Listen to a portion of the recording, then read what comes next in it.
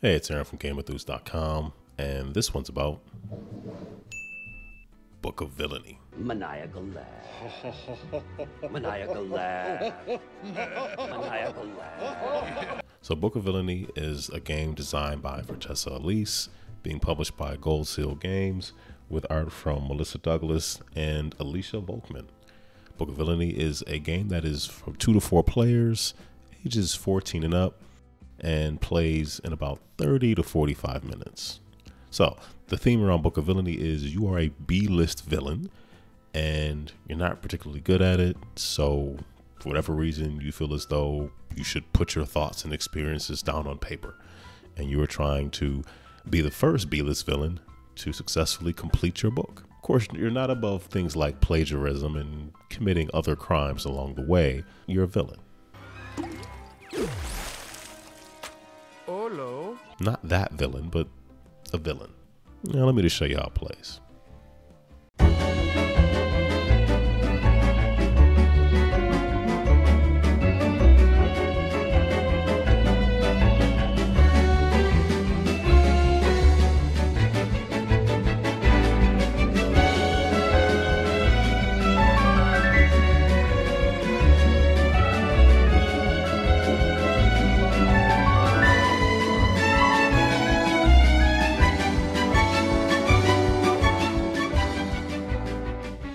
So this is what a 3-player setup might look like, exception of the library. I'll get into that in a second.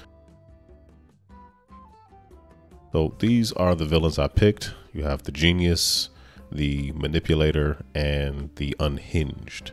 Each of them start off with a gadget. So the Genius has the Freeze Ray, the Manipulator has the Ray of Distraction, and the Unhinged has the Invisible Cloak. Each character also has a plagiarized chapter. That'll make sense in just a second. So the Genius has the Freeze Ray, so you can freeze other villains and they can only move 1 space instead of 2. The Ray of Distraction that the Manipulator has, she's able to distract the hero. This is the hero over here in the City Hall.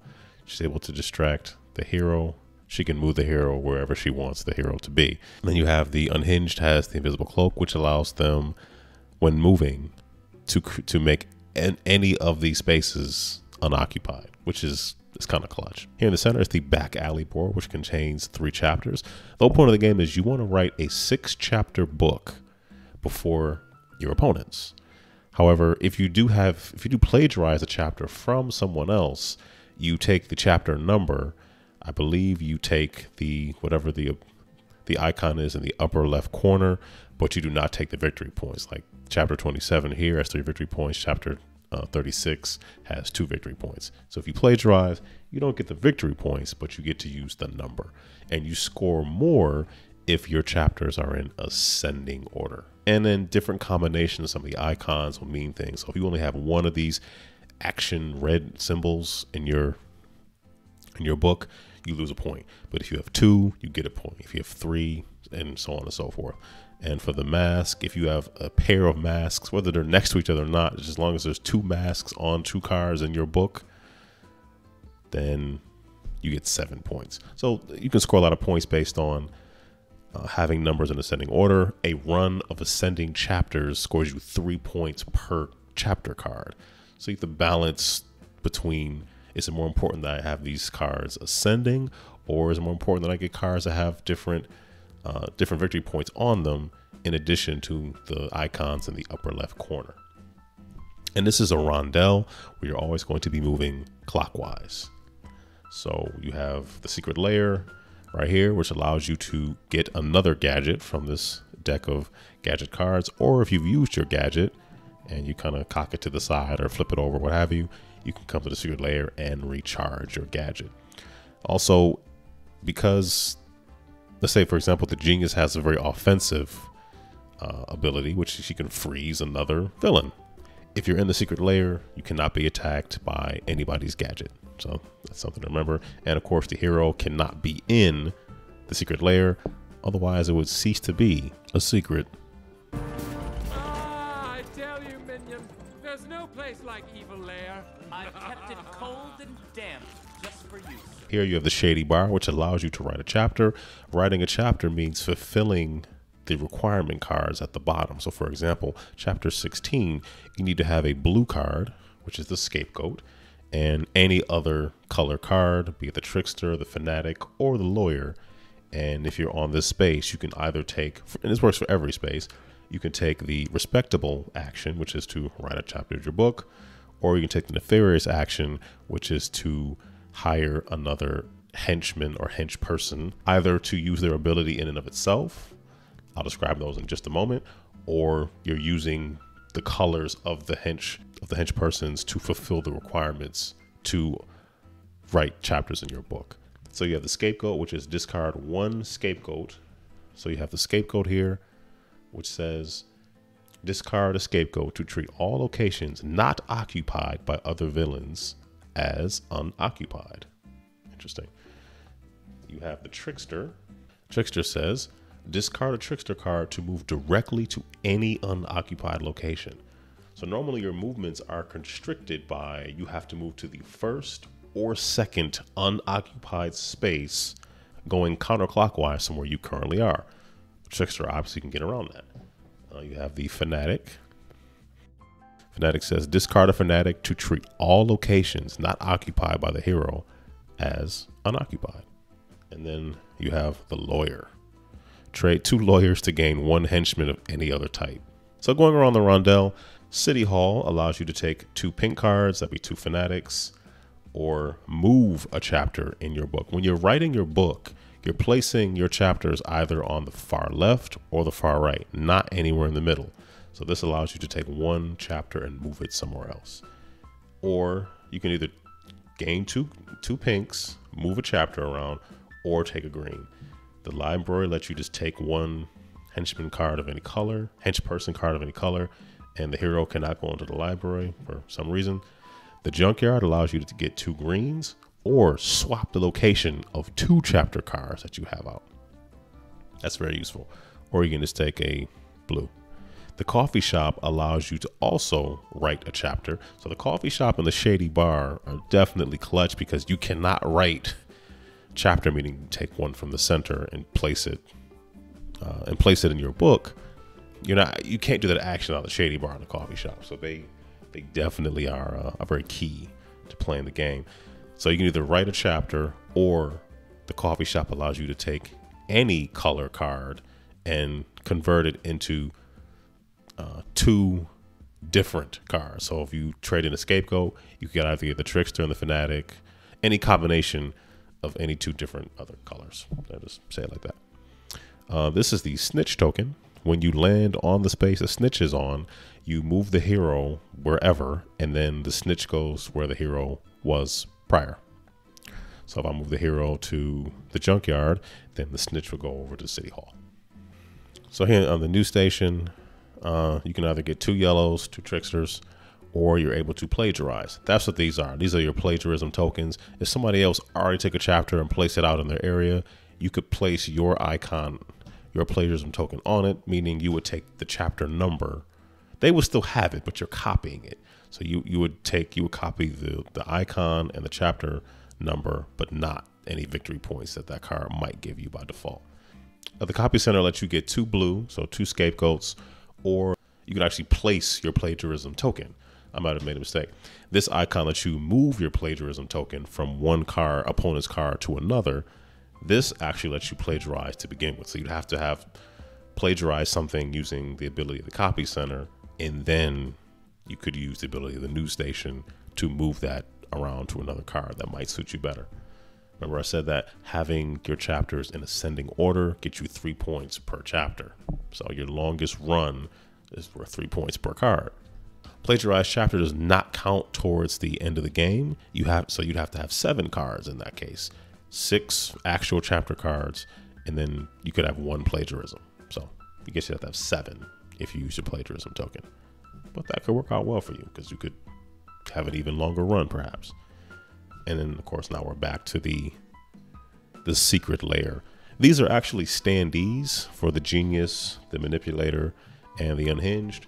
Clearly I have an overhead camera, so I'm not going to be using the standees because if they were standing up, you can't see them. If I have not mentioned, this game is a prototype, so some of the art, rules, and other things are going to be subject to change.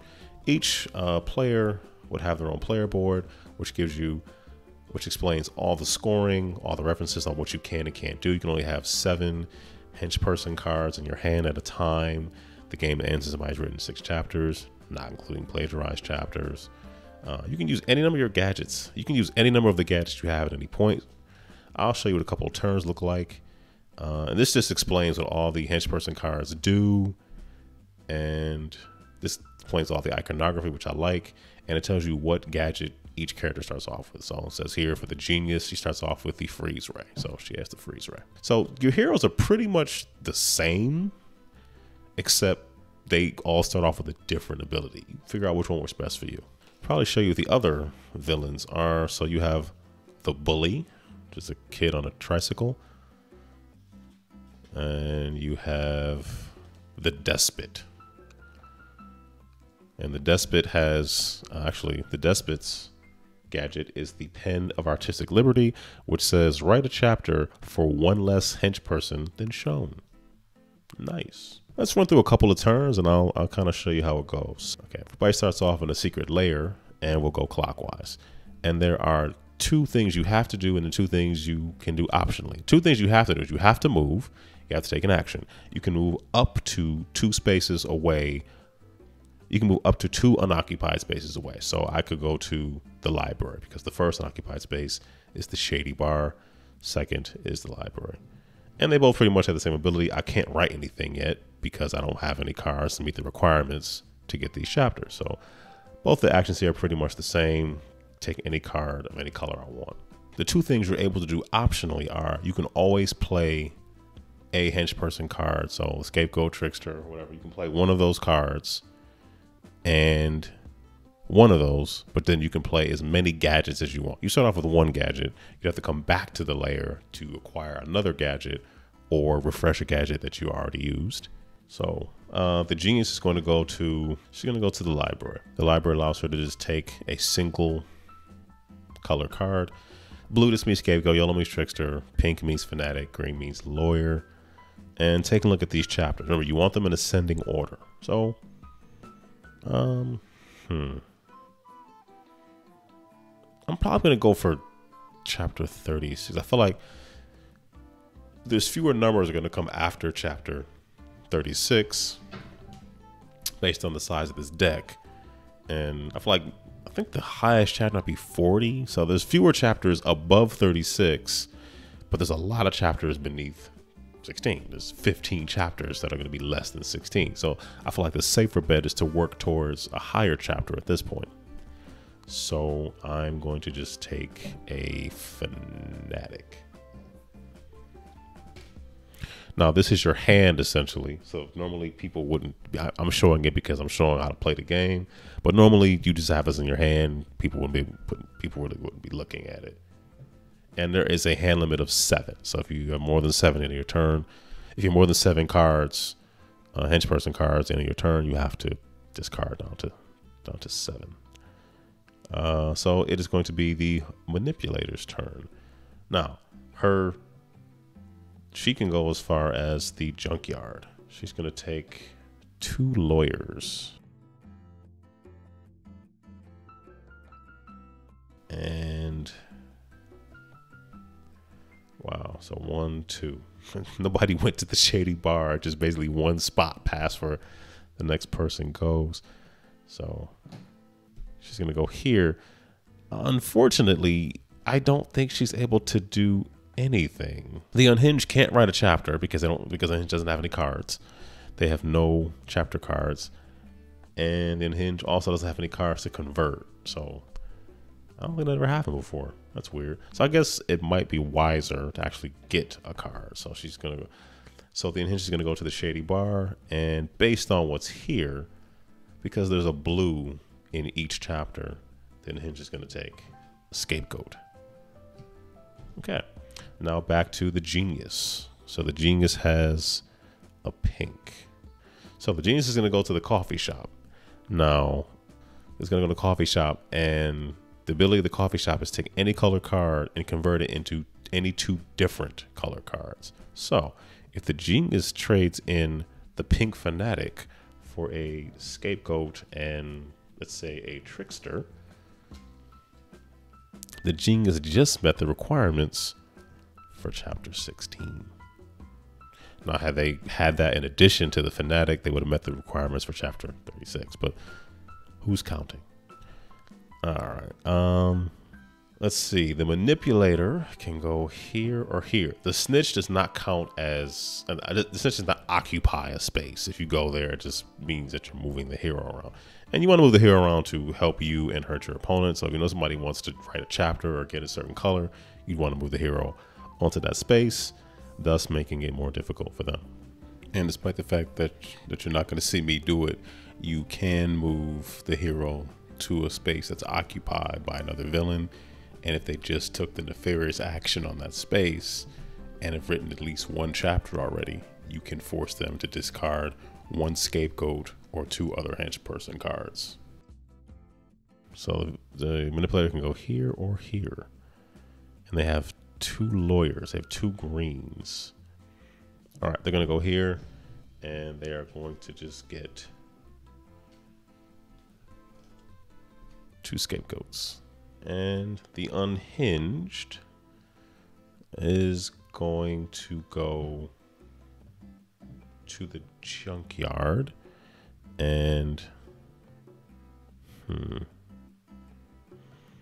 see if they could take two green. They can still maybe write chapter 16. Let's see what happens here. All right, so they're going to do that. And now back to the genius. Okay, the genius is going to use the freeze ray because you can use gadgets at any point in your turn. You can also use one of your henchpersons at any point in your turn as well. The things you have to do are you have to move, you have to take an action. Those aren't options. So she's going to use the freeze ray on the manipulator. The freeze ray means that the manipulator can only move one space instead of up to two until they come back to the until they get to, or I guess, past the coffee shop. Well, I guess get to, because you only move one space. So, well, still abiding by the rules of occupied spaces. They can only move up. They have to move to the first occupied space. It's going to use that on the manipulator just because they feel like it. And let's see. The second unoccupied is unfortunately going to be boo. Oh, that's okay. So genius is also going to move to the news station.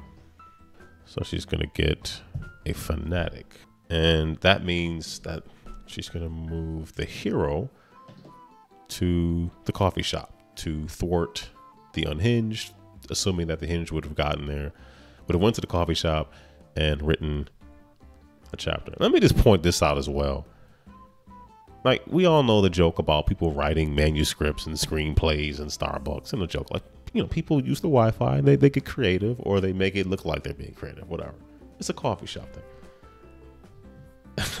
I'm trying to imagine like somebody being in a shady bar writing. I'm sure somebody has, but I'm trying to think about somebody being in a shady bar with their laptop or MacBook or whatever, just typing away. That just seems funny to me. But what do I know? All right, so that was the genius's turn, and the turn is done. So the manipulator can only move up to one space. So, So they're going to move here, and because the genius froze the manipulator is going to use the ray of distraction. So sad thing is they got to the, well, I wonder if I can use the ability. So I'm using the ray of distraction. Then if I move, can I refresh it? I don't know if you could do that or not, but I'm sure Fertessa will let me know. But forgive me. So now I use the ability. So I use my gadget first. It said at any time when you play, you could do that. So technically I can use it, then move, refresh it with the ability here, and it's refreshed. Now I use that to move the hero to the shady bar, assuming that the genius is going to go there and write a chapter. And I don't want that to happen. So I'm just, you froze me, I'll do this to you. You know, it happens. Justice is a non-corrosive metal. But metals can be melted by the heat of revenge. It's revenge, and it's best served cold. But it can be easily reheated in the microwave of evil. Revenge. Back to the unhinged. Now, unhinged can write a chapter. So, Hinge is going to go to the coffee shop and write a chapter of that book. Yes, they are. Yes, they are. They are going to write chapter 16.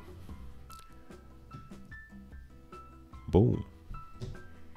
And when you write a chapter, you replenish it. And of course, something that's much lower than it comes out. Now, this one only requires literally just a blue card to write this chapter. But if you write chapter 3 and chapter 27, they both have mask icons.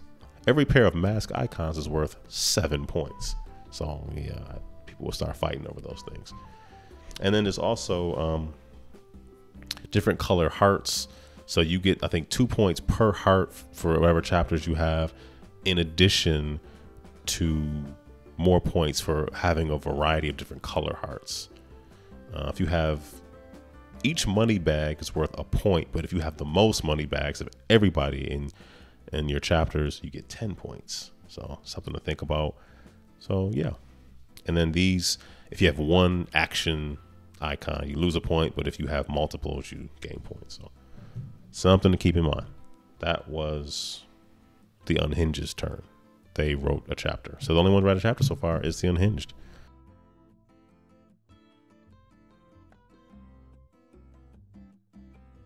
That really stinks that the genius can't go there. So I could use a fanatic.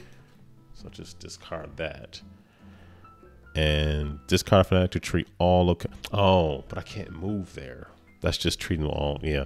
The fanatic will treat anything that the hero is not as unoccupied, but I can't necessarily move to that space. It really hurts when you can't write the chapter you want.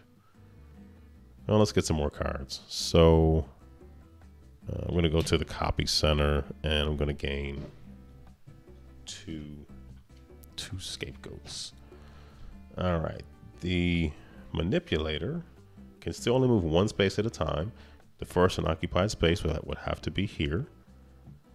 So she is going to get 2 fanatics based on the icon here. And I'm just going to put that right there. This also means that the hero has to move. So,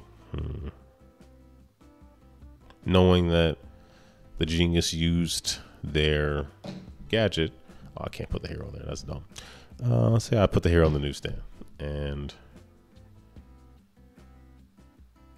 the snitch will go back to the shady bar.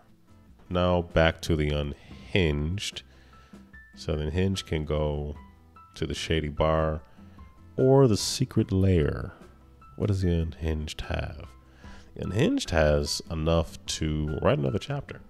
The unhinged is going to go to the shady bar. And the hinge is going to spend a scapegoat, a blue card, and they're going to write chapter 3. Now, when you place your cards, you can only place them on the extremes, the front or the back. So, of course, it's going to go in the front. Because why would it not? So I can place the hero there. And Snitch goes there, I believe. All right, back to the genius. The unhinged is really doing quite well. So I can either go here or to the library. I'm gonna go back to the secret lair. Nobody can attack me or do anything to me there. And I feel like I broke that roll, by the way. And then I can refresh my gadget. So now my freeze ray is refreshed and can be used again. Oops, I'm supposed to do that too. Okay. So the manipulator, still only able to move one space at a time, can go to the library and gain a single card. And they're going to gain a trickster because I don't have any yellows at all. I'll just put it there so you can kind of see it there. It's the unhinged's turn. So 1 first unoccupied, 2nd unoccupied. And I can't write a chapter, but yeah, they'll go here. Take 2 fanatics and call me in the morning. Back to the genius. All right, the genius finally is going to be able to go to the shady bar like everybody does, like you do, and write a chapter based on that icon right there. Now, which chapter are they going to write? They have 3 blues, a pink, and a yellow. All these cards are right here. So what are they going to do? They could write chapter 27. They also could write chapter 36. But 27 has a mask on it, though. So I think the genius is going to, let's take these 2. Genius is going to write chapter 27. And we're going to replenish. Ooh, 23. Look at that. Boom. So that's a basic flow of how the game goes. You are, like I said, you're trying to get these chapters and you're focusing on a mixture of making sure they're ascending and messing around with making sure that you get the right logos in the upper left corner. Very important. You want to do that so you can score those points because you want points, because points help you win. So flow of the game. And I just now realized, of course, I get to the end, I made a very big mistake. When you play a 3-player game, the library is not in it. I just realized that. Oops. So pretend that there was no library here at all. Yeah. Very good. Very good. Pretend there's no library there. So you didn't see this. So yeah, only play the library in a 4-player game. I just realized that I mentioned it early on and I kind of forgot. My apologies if I confuse people. The library, this isn't even a thing in a 3-player game. That could have changed everything. The person in the lead, was, I mean, just because they had 2 chapters, was the Unhinged, but I said you can always plagiarize somebody's work and then move that token around as you see fit. To plagiarize, you would just take your icon, your plagiarism token, and just put it onto another card, copying the chapter number and the icon, but not any victory points that are on it. You don't get those. It ain't that sweet. That is how Book of Villainy essentially plays. I mean, you really can't lose. You know, if you're into the villains, writing their book, reading it to somehow, learn from them, then there you go. If you don't like the villains, maybe you buy the book, give it to the police, because I'm pretty sure it's going to incriminate themselves anyway. You can't lose. You win either way. You either enjoy the book or you help the villain incriminate themselves. Everybody wins. It's pretty Unfathomable. It's without fathom. how you cannot get into this game. Hope you enjoyed the video. The link for the Kickstarter should be in the description. I say check it out. It's the villain's time to shine, and they need your help to get that shine. So do it for me. Thank you for watching. Give it a thumbs up, a like, all this good stuff. Drop a comment down below. I like comments. Can always use more things to respond to. Sensible things. Yeah, it's gonna do it for me. Share with a friend, share with an enemy, share with a perfect stranger, whatever. Distract somebody with a ray of distraction. Put on a visible cloak. Do what you got to do. So, yeah, I'm out of here. Stay safe. Take care. Be blessed.